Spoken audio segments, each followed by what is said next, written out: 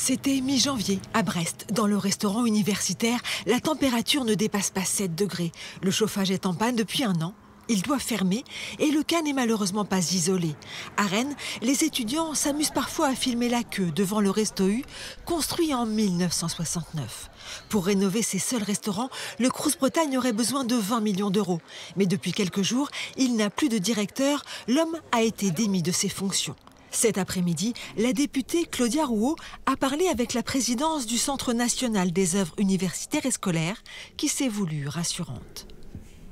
Elle a conscience de l'urgence de la Bretagne et s'est engagée à mettre tous les moyens pour venir aider le Crous Bretagne, moyens humains, moyens financiers, puisqu'ils ont déjà débloqué 2,5 millions d'euros pour les travaux d'urgence.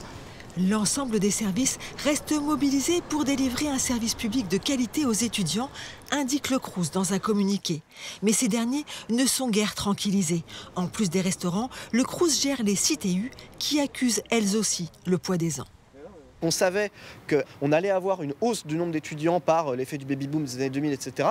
Et qu'en fait, on n'a rien fait pour ça, les universités. Parce qu'il y a la question des Crous, il y a les universités qui n'ont pas assez de place pour accueillir des étudiants.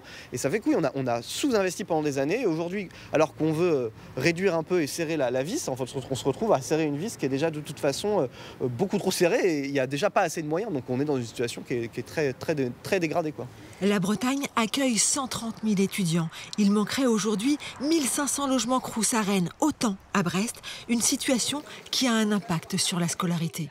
On sait que l'échec en licence pour un bon nombre d'étudiants est dû au fait de ne pas avoir de logement décent ou ne pas pouvoir en fait avoir de possibilité de se nourrir correctement.